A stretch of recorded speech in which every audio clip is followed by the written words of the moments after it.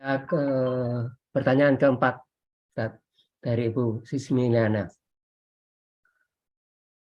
Izin bertanya, terkait Quran Surat Az-Zumar ayat 7 bahwa seseorang yang berdosa tidak memikul dosa orang lain. Mohon penjelasan, misalnya ortu yang atau orang tua yang lalai mendidik anaknya, apakah orang tua tersebut berdosa? Dan jika orang tua sudah mendidik tetapi anaknya tetap berbuat maksiat, yang demikian itu bagaimana Ustaz? Mohon penjelasannya. Jazakallah. Iya, kalau kita lalai sebagai orang tua mendidik anak kita, namanya kita lalai. Kita yang melalaikan. Maka dosa lalai itu tertimpa kepada kita. Ya, kita rajin sholat, rajin ngaji, rajin majelis taklim. Anak kita biarin saja. Itu kan ada hadisnya. Begitu kita nanti mau masuk surga dipanggil. Anak kita mengatakan, aku jahat gini karena orang tuaku ya Allah. Dia sholat, dia ibadah, aku nggak pernah ditegur, nggak pernah diapa-apain. Nggak pernah disuruh buat baik. Maka itu kewajiban kita kan amar ma'ruf nahi mungkar ada kepada anak, istri, keluarga kita. Maka anak kita itu ya kita didik lah. Kita masukkan ke sekolah yang beragama semaksimal mungkin ya. Apapun yang mereka inginkan asal dia bentuknya kebaikan, kita kasih ya. Kita fasilitasi. Pokoknya yang diinginkan itu kebaikan, kasih untuk menggapai cita. Nggak boleh kita tahan-tahan. Tapi kalau mereka menginginkan keburukan, nah baru kita tahan. Ya. Misalnya dia masih SMP kelas 1, dia pengen beli mobil, mau sekolah naik mobil, enggak usah. Ya, innallaha la yahmil abdahul mu'min kama tuhma al-marid. Kalau bahasa Nabi kan gitu, sesungguhnya Allah menyayangi orang beriman itu sebagaimana kamu menyayangi orang sakit dari pantangannya. Artinya, belum pas dia belum cocok seperti itu, maka kita harus menahannya. Itulah diberikan kebijaksanaan. Nah, kalau sudah kita didik dengan baik, sekolahnya sekolah bagus, beragama, ya kita punya uang, kita juga leskan dia ngaji, diajari agama, majelis taklim kemanapun dia kita fasilitasi. Nah, tapi tetap juga hasilnya nggak bagus, buruk, maka bebaslah kita dari tanggung jawab. Kenapa? Karena kita sudah melaksanakan tugas kita. Tugas kita apa? Tugas kita mendidik anak, memfasilitasinya berbuat baik. Itulah kewajiban kita. Nah, apakah dia mendapat hidayah atau tidak, itu tergantung Allah. Maka Nabi Nuh tidak diminta pertanggungjawaban terhadap anak istrinya yang durhaka. Kenapa tidak diminta? Karena dia sudah berusaha, sudah mengajak anaknya nggak mau. Nah, maka kita tidak ada dosa lagi kan? Tapi kalau kita biarkan saja ya berdosa, namanya kita biarkan. Tentu kita mengikul dosa dari tanggung jawab. Karena anak itu adalah amanah, ya, bukan mainan. Itu amanah dari Allah untuk kita didik, untuk kita bina supaya menjadi orang soleh, orang yang baik, yang bermanfaat bagi agama Allah, bagi orang tuanya dan keluarga dan masyarakat ramai gitu. Saya kira itu aja jawabannya, Pak.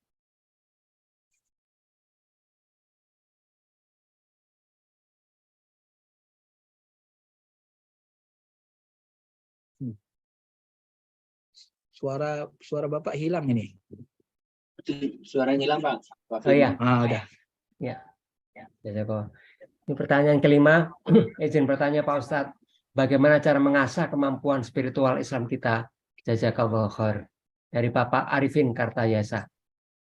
Ya, kalau ditanya spiritual itu kan berasal dari kata spirit. Spirit itu bahasa Inggris artinya ruh, ruhani, spiritual. Kalau kita mau sehat jasmani kita, raga kita, maka dokter menyuruh kita olahraga. Ya, dengan olahraga maka raga kita sehat. Kalau kita mau sehat spirit kita, ruh kita, spiritual kita, maka kita harus sisipkan waktu kita untuk mengolah spiritual. Bagaimana cara mengolah spiritual? Habis subuh, sholat jemaah di masjid, kita itikaf, zikir. Yang kita ingat hanya Allah, istighfar, mohon ampun, sholawat, ya. Istighfar, karena istighfar itu membersihkan kolbu kita. Nabi setiap hari 100 kali istighfar. Itu tingkat Nabi, tingkat Rasul. Kita tidak Nabi, tidak Rasul, tidak wali. Bagaimana mungkin kita tidak lebih banyak istighfarnya? Mohon ampunnya kepada Allah. Nabi sendiri untuk membersihkan rohaninya, kolbunya tiap hari 100 kali istighfar. Minimal. Ya. Maka habis subuh itu kita itikaf sampai terbit matahari. Terbit matahari, sholat 2 rakaat dalam hadis Tirmizi itu ya. Disebut maka kita mendapat pahala haji dan umroh sempurna.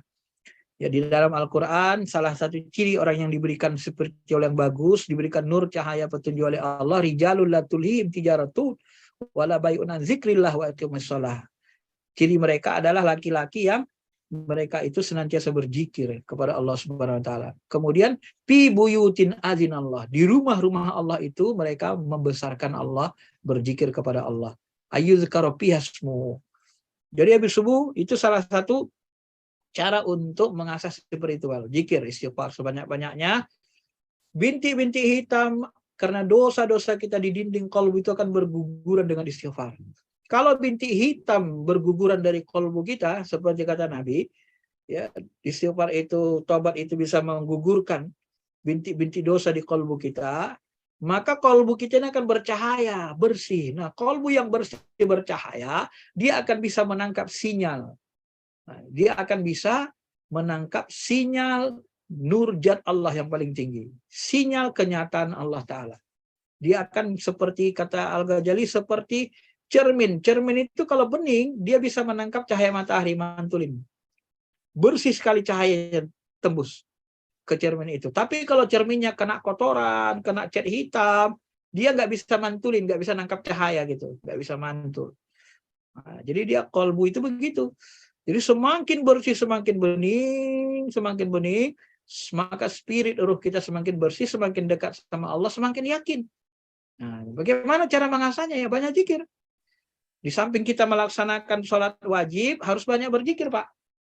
Nah, banyak berzikir, banyak melakukan amalan-amalan nawafil.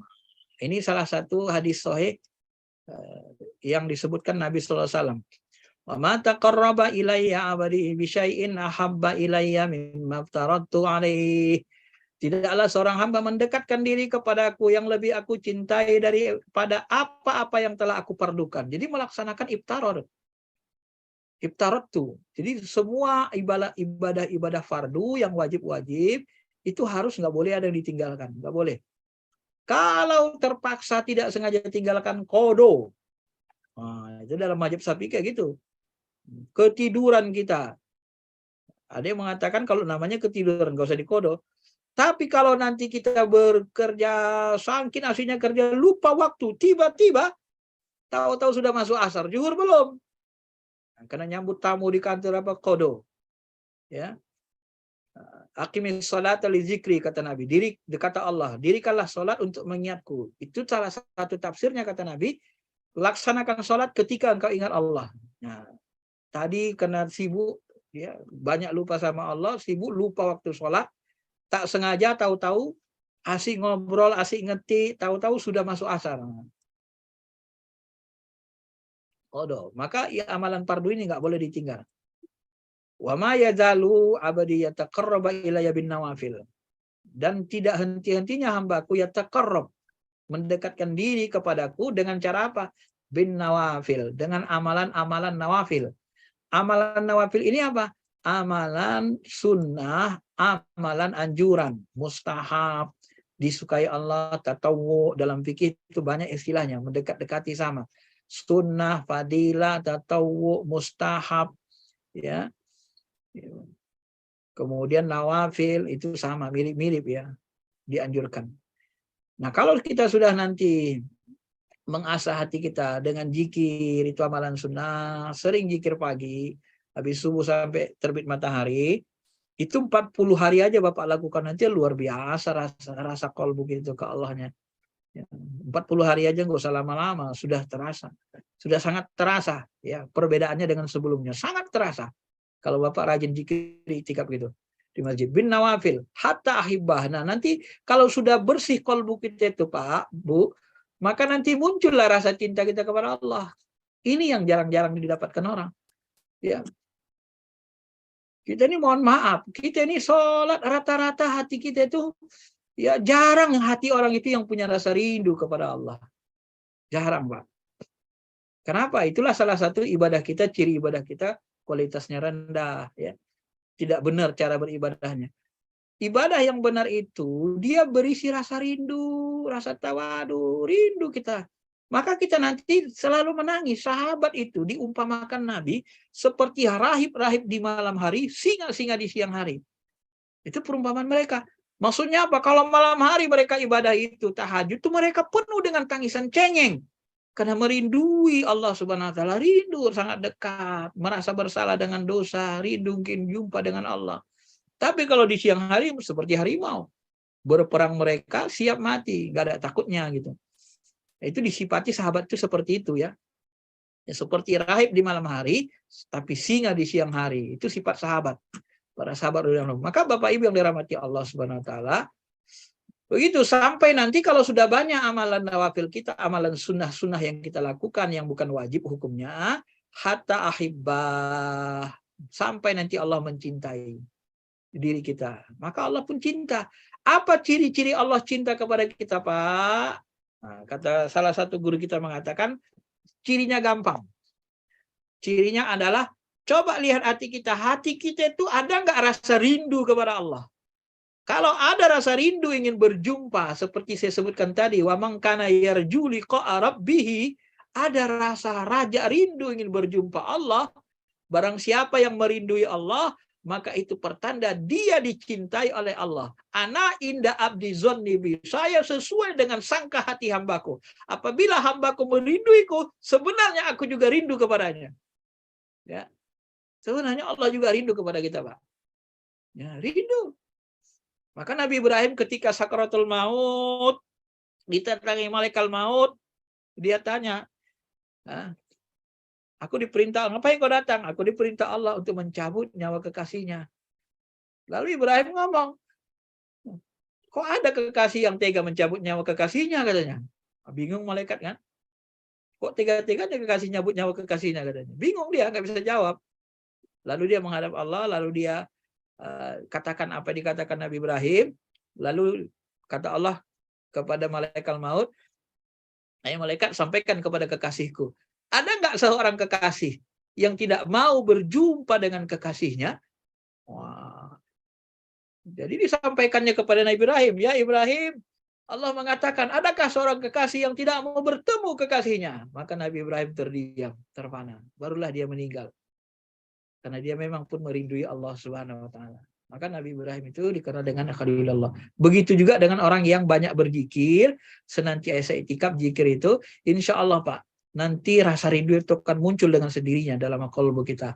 Dan apabila kita sudah merasa rindu, itu tanda kita dicintai Allah Subhanahu wa taala. Maka spiritual kita terasa, selalu menyaksikan Allah, selalu kita merasa dekat dengan Allah, hati kita, qalbu kita nggak bisa berpaling dari selain Allah. Ya seperti orang cinta kan kayak gitu, ingat terus, walaupun dia nyetir mobil, ingat juga kekasihnya kan. Walaupun dia nanti main-main, kesana kemari kerja, ingat juga kasihnya, nggak bisa dia lupakan. Nah, cuman anehnya kan manusia bisa kita perlakukan begitu. Padahal cinta kepada manusia itu berbuat kita tersiksa. Beda dengan cinta sama Allah. Cinta sama Allah itu memberikan kenikmatan rohani. Ya, kenikmatan rohani yang sangat berbeda dengan mencintai manusia. Cinta manusia membuat kita tersiksa, membuat hati berpenyakit. Cinta kepada Allah membuat qalbu kita semakin bersih, semakin bercahaya. Ya, karena apabila ruhani dihubungkan kepada yang maha ruh, maha Allah Ta'ala yang menciptakan ruh kita, maha segalanya, maka dia dengan sendirinya akan bersih. Nah, kalau orang apa bilang spiritual itu kan aura kita pun jadi bersih. Kenapa? Karena kita terhubung dengan yang maha suci. Sering berwudu, ya, sering berzikir. Maka kalau kita itu sangat-sangat ditekankan, wudhu nggak boleh putus. Zikir itu harus terus, ingat Allah harus diusahakan. Kalau lupa ingat lagi, kalau lupa ingat lagi. Jadi spiritual kita terasah. Jadi setiap kita sholat, kita nangis, kita sering merindukan Allah. Setiap kita ibadah terasa khusyuk, terasa nikmat. Kenapa? Karena tadi spiritual kita sudah terasah gitu ya. Diasah terus-menerus. Jadi begitu cara mengasahnya Pak ya. Ini hadis sahihnya. Apabila aku telah mencintainya, kuntu sam'ahu alladzi yasma'u bih.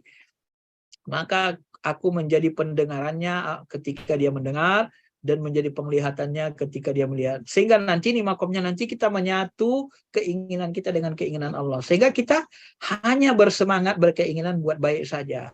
Kenapa? Karena yang diperintahkan, diinginkan Allah, diridhoinya yang baik-baik saja, maka hati kita hanya terfokus kepada yang baik-baik saja.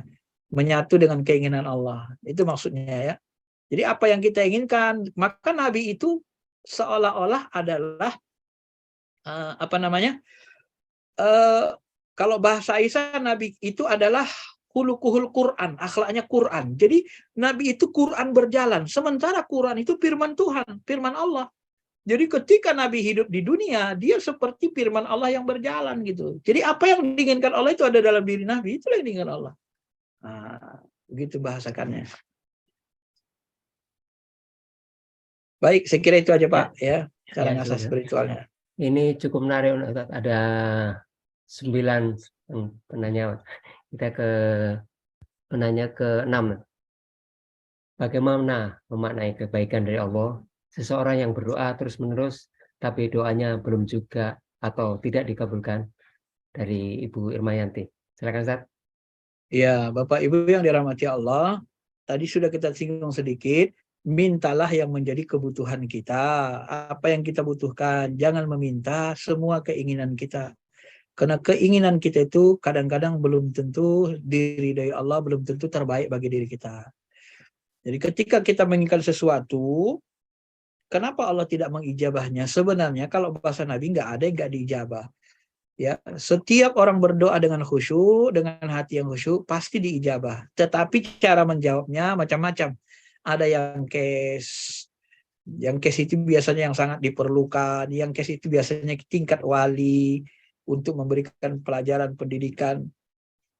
Nabi kadang-kadang, ya, mukjizat Nabi kan sering muncul, keluar dari tangannya air, pada saat nggak ada makanan, makanan itu dimakan, nggak habis-habis. Nah, seperti itu kan, untuk memberikan keyakinan ke hati sahabat. Banyak sekali kan, ada 1000 lebih mukjizat Nabi kita Muhammad SAW. Jadi mintalah yang dibutuhkan. Nah, semua doa kita kabul. Bagaimana cara kabulnya? Ada yang case, ada yang ditunda. Kenapa ditunda? Pasti ada hikmahnya. Belum waktunya.